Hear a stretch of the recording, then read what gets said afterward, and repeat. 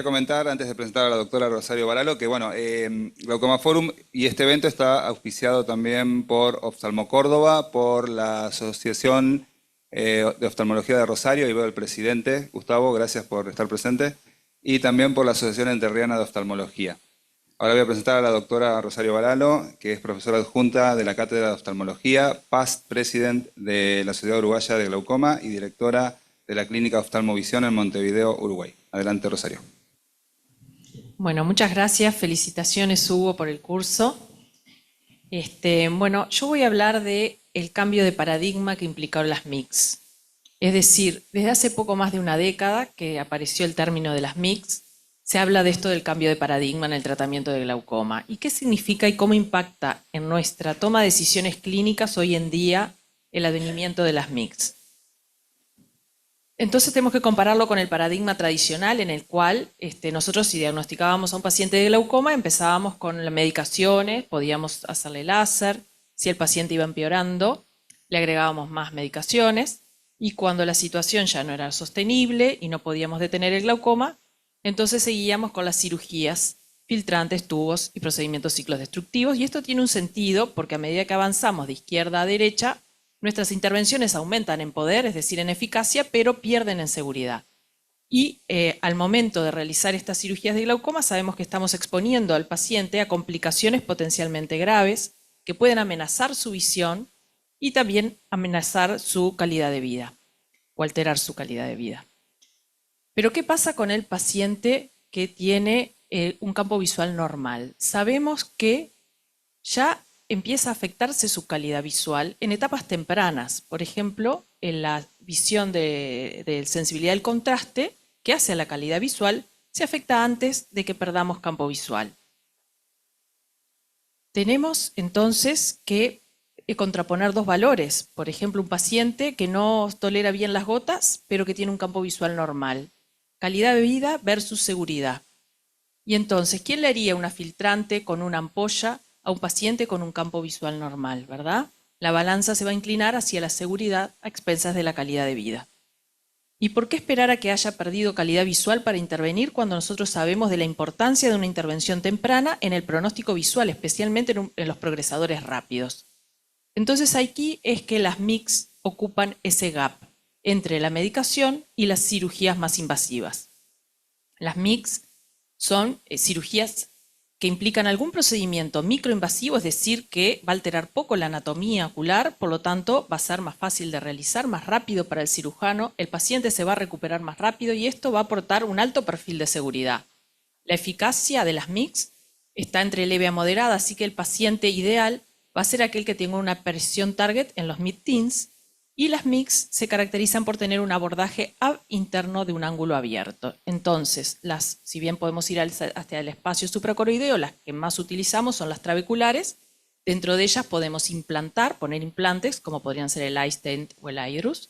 Podemos desgarrar la malla trabecular para permitir un acceso directo al conducto de Schlemm, como podrían ser el GAT, Cajuc, Tanito, etc. O dilatar todo el sistema colector, como por ejemplo con el iTrack.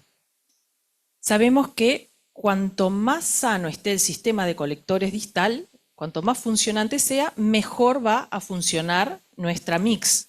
Entonces, predictores de éxito van a ser aquellos pacientes que tengan menos severidad de glaucoma, menos número de gotas, menos duración del glaucoma, menor IPEMA posoperatorio, y aquellos cuyo glaucoma esté el origen en la malla trabecular, como por ejemplo el glaucoma juvenil, uveítico, entre otros. Si vamos a ordenarlos un poco, como dijo Mauricio, dentro de este esquema, a las MICs podrían quedar así, pero no hay un estudio estadístico que los haya tenido a todos en cuenta y que los haya comparado todos entre sí. Entonces, según los distintos estudios podrán haber cambios, pero esto podría ser una buena idea de cómo serían de acuerdo a su eficacia y seguridad, y aquí es que me gustaría destacar al iDRUS como una estrategia que compensa bastante bien lo que es la eficacia y la seguridad. Entonces, en este paradigma actual también las mismas características, pero nuestro mecanismo hipotensor es una ampolla filtrante, tenemos a las MIPS, en las cuales tenemos dispositivos que son como el PreserFlow o el SEN, unos microtubos que conectan directamente la cámara anterior al espacio subconjuntival y aquí es que se forma la ampolla. ¿Y por qué esto es ventajoso frente a una trabeculectomía? Bueno, porque se caracteriza por una técnica estandarizada que es más fácil de realizar, más rápida, más predecible, con una mejor morfología de la ampolla, con un mejor manejo postoperatorio, menos impacto refractivo y menos complicaciones que una trabeculectomía convencional. Entonces ahora vamos a ver a nuestra segunda parte de la charla de hoy, es a quién y a cuál mix debemos realizar. Y lo primero que tenemos que saber es a quién no. Entonces, recordar que las mix no reemplazan a la filtrante. ¿Tá? Las presiones target muy bajas de un dígito no se van a lograr con estas técnicas.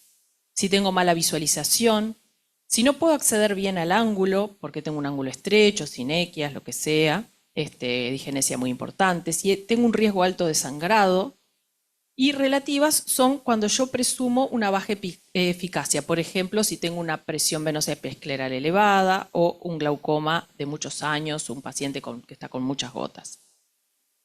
Entonces, así como tenemos este cambio de paradigma en el glaucoma, también tenemos un cambio de paradigma en lo que es la atención al paciente. Y nos estamos moviendo de una atención centrada en la enfermedad a un algoritmo centrado en el paciente, donde debemos aunar esta evidencia científica que nos mostró Mauricio con la accesibilidad, que son los recursos que tenemos en las regiones donde vivimos. Capaz que a mí me encantaría poner un iDRUS, pero no tengo, o un PreserFlow, pero no tengo, y el paciente a veces no los puede pagar, ¿no?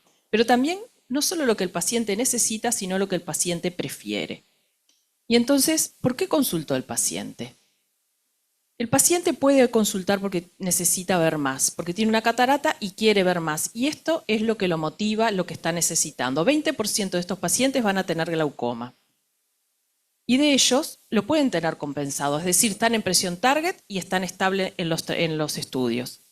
Pero nosotros le podemos plantear, si no quiere, una mix para de repente bajar el número de gotas o suspenderlas del todo.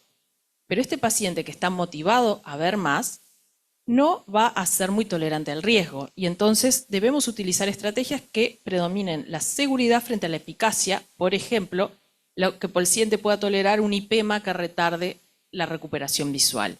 Y aquí una Phaco iDRUS me parece que sería el ideal en estos casos. Ahora, en el otro extremo, el paciente puede estar motivado por realmente bajar la presión, porque no tolera las gotas y quiere mejorar su calidad de vida, o porque tiene un glaucoma que está descompensado y necesita la cirugía para preservar su función visual.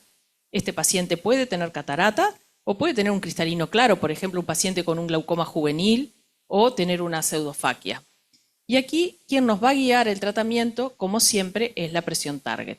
Cuando necesitamos presiones target más altas, entonces se puede nivelar seguridad y eficacia, y además del iDRUS, que es una excelente opción, podemos ir a las técnicas trabeculares como las que hemos visto de GAT, Tanito, Cajuc, con o sin facos según se esté necesitando. Cuando necesitamos unas presiones en los low teens, o sea, más cerca de los 12 o menos, también, entonces, en este caso, podemos avanzar un poco más en el algoritmo y asumir un poco más de riesgo, y el ideal son las técnicas de MIPS, o sea, por ejemplo, un PreserFlow.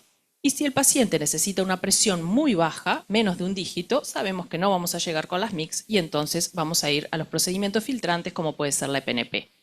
Siempre recordando que no tenemos por qué quedarnos con uno. Nosotros podemos ir moviéndonos y si hacemos una cirugía y esta no fue lo suficiente efectiva que queríamos, podemos ir corriéndonos hacia la derecha dentro del algoritmo. Muchas gracias.